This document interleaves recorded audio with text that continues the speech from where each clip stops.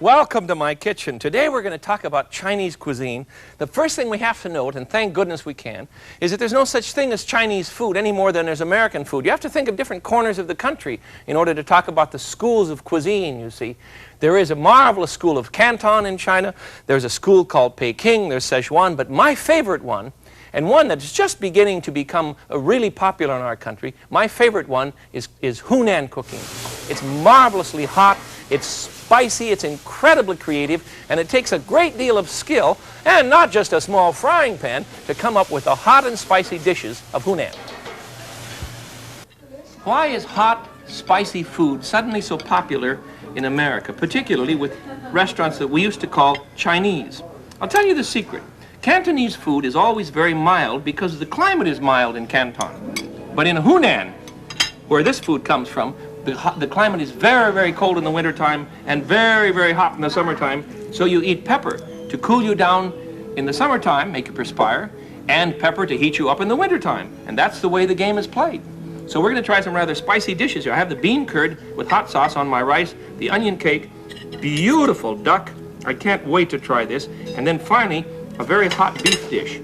I'm going to take you back to my kitchen and show you how to make a few of these, but I want to try them here first, and we'll see what we think, huh? Think nothing. When I left that restaurant, my stomach was absolutely in a great disarray because the food is very spicy and hot, and I enjoyed it. Do you know what my fortune cookie said? And remember, that's not a Chinese thing. Fortune cookies were invented in San Francisco at the turn of the century. Do you know what mine said? With this great disorder in my tummy, and this is the truth. The cookie said, "It is best to understand that life consists of eating whatever you want and then letting the food fight it out in your stomach." I think that's great advice, and I take it. I take it now, and I always will. Let me show you how to make an onion cake, a Hunan onion cake. And this may sound strange because you don't think of the Chinese eating bread. But in the Hunan region, which is a great farming region, wheat is much more common than rice. Hunan is a little bit to the north. Canton in the south, you see, is a great rice community. But in the north, you eat wheat noodles and wheat cakes and wheat pies. Marvelous things. So I'm going to show you how to make a wheat onion cake. I'm going to cheat a bit and use a tortilla. No reason not to. But this is what, you know, the great onion cakes of China can be rolled out by hand. But I'm going to show you a quick method of doing this with a tortilla. Get a wheat tortilla, not a corn tortilla, but a wheat tortilla, and brush it with a mixture of egg and water. That is to say, 1 egg and 1 tablespoon of water blended together with just a smidgen, like a tablespoon, of sesame oil. And you want to brush both sides of this rascal. All right? And then in the center, come here, just rolling all over the place. Then in the center, I'm going to place some chopped, very finely chopped green onions, scallions, you see? And put these around the, careful, you don't want them too close to the outside because they'll prevent the thing from sticking. Then we put the 2 brushed or the 2 painted sides together and press this down, cover it with another piece of wax paper, and keep it pressed for a few minutes so that it will begin to stick. Now I have some that I've already pressed for, and I want to show you what they look like. I have them sitting underneath a frying pan here. Isn't this crazy? But it works. It works fine. So here's what we do. On my stove, you see how they come off now? Just take them right off the old wax paper sheet. 2 tortillas stuck together with egg, water, and a bit of sesame oil, and onion in the middle. Now I'm going to put this into a pan of hot fat, and I have just about 1 inch of hot peanut oil in my frying pan here. I don't want to do much more than 1 inch. You just don't need it. So just slip it in. Get right in there, will you please? Cooperate. Come on. Hunan cake, Hunan onion cake. This is so much fun to make, and I promise you, if you get started on these, your kids aren't going to leave you alone. All right, that's about all we'll need on that side. Oops, come here, you. You want to tear him here. Turn him over. There he goes. Now watch him puff up. This is the fun part. Look at him go. Look at him go. Isn't that gorgeous? I keep my hands out of your way so you can see. There, he's just about done. And I'll show you how he's served. Our first Hunan dish. Now you're going to say, well, Smith, you make these things awfully fast. Yes, I know, but I do my preparation ahead of time. Here he is. So there he is. We'll let him cool for a minute, and then we'll chop him up thusly. Let me shut off the oil here. Matter of fact, let me get this pan out of the way. Remember, when you're cooking with hot oil, you're not to have anybody in the kitchen. No children, no cats, no dogs, no hamsters, no parakeets, no goldfish. Nothing. Keep everyone out of the kitchen, and that way you're not going to hurt anyone. And remember, too, that if you ever have a fire break out on the stove when you're using oil, be sure you have a lid nearby that will fit the pan. And mine was right here, you see? Mine was right here. So if that caught on fire, I would simply put the lid on the pan. It's either burn the house down and burn up the children, or burn your wrist a tiny bit. Aren't I crude? Please be careful. Either burn down the house or burn your wrist a tiny bit. Besides, it's fun being a hero. So keep the lid nearby, and it'll save you a lot of pain. Now, it's time to cut that Hunan onion cake. So I'm just going to cut it into 6 pieces. And then we'll arrange these on a plate and put them out. I would make a big stack of these, of course, for a normal dinner party or luncheon. Here we are. Let's put these out for you now. Okay. All right. Here we go. Our first dish is a Hunan onion cake. The second thing I want to make for you is a salad. And this time the noodle is not made of wheat, but of mung bean. That's the same little bean that you use to grow bean sprouts. And if you mix these with lye, mix that bean paste with lye and extrude it out through a noodle maker, you wind up with a dried noodle called saifoon, S-A-I-F-O-O-N, saifoon. And it's lovely stuff. This is how you make the recipe now for Hunan cold noodle salad, sometimes called glass noodles, because when these cook up, they begin to look like glass. Let me show you what I mean. Here's one of these little bundles. I'm going to use 2 bundles. Here's one of these little bundles that's already been soaking for a bit. Soak it in cold water for about ½ an hour. You see? Then we're going to cook that in chicken broth, enough to, as you would any noodle, have ample chicken broth in your pan. Cook them for about 5 minutes, and then drain them and chill them. And you'll come up with a noodle product that is simply gorgeous. And these really are, they're elastic, but they're almost like glass, you see. Aren't they beautiful? Now I'm going to put some in a bowl. I want to make a sauce for you for Hunan salad that is just unusually good. Here we go. Put the noodles in a bowl. And for our dressing, for our salad dressing, we're going to use peanut butter and pepper sauce. Can you imagine?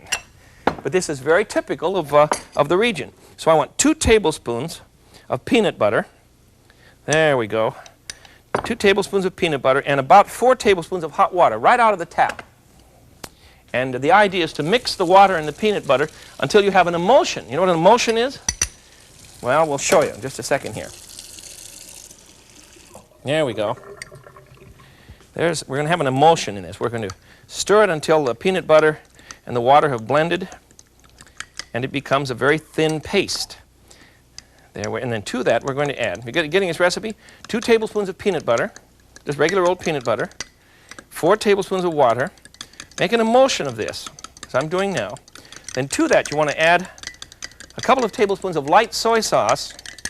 And I don't want you to use that heavy stuff. Use the good light soy. You can find it in a good Oriental market. A good merchant will know what you're talking about. A couple of tablespoons of light soy sauce, maybe a tablespoon if you don't want it quite so salty, and a bit of pepper sauce. Now I'm using a product from China that is very, very hot. But you can use Tabasco if you prefer, or you can use cayenne pepper. This is a garlic and chili paste, and it's very authentic. There, good Lord, that ought to be enough to... I put in a couple of teaspoons into my peanut butter and soy, peanut butter, water, and soy sauce, and a bit of pepper sauce. Now we're going to toss our noodles. Can't you just hear your kids going, "My Lord, look at him, Mom, he's making peanut butter noodles." And use your fingers, because if a fork would wreck the noodles, you would tear them up. See what's happening? They all fall apart now. Oh, this is so good. Now I want to place this on a big platter, and then we'll put on the rest of our dish here. After I get my hand cleaned off, there's no other way to do this except to use your hands.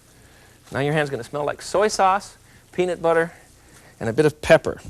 Here we go. Oh, one hand. Here we are. There. Set this up. Now I'll mix up the sauce for you right now, as soon as I get my hand cleaned off. And what we're going to do is to prepare cucumbers. And the cucumbers have been cut like little matchsticks. You know how to do that with a cucumber? Let me show you. A matchstick cut is very, very simple. What you do is to take your cleaver or your knife, cut the cucumber into thin slices. And remember to use your knife back and forth. Don't push down. Once you get a little bitty stack of them, you see, pile them up and cut them into matchsticks. You see what we have now? And I have a whole bowl full of these ready to marinate for the top of our cucumber chicken Hunan salad with peanut butter dressing. Outrageous. For our dressing then, we want to put on the top of our cucumber, the following goodies. We want just a smidgen of soy sauce, perhaps 2 tablespoons. And I want a tablespoon of rice wine vinegar. Now this is a very interesting product, but don't use plain, well you can use plain white vinegar I suppose if you're in a pinch, but I really prefer, it's a Japanese product, also from China, but you can find it easily. And I need a pinch of sugar, just a pinch of brown sugar, and a couple of teaspoons of sesame oil. Be sure and get toasted sesame oil from the Oriental Market. All right, now we toss that. Have you got that? Cucumber matchsticks. A couple of tablespoons of soy sauce.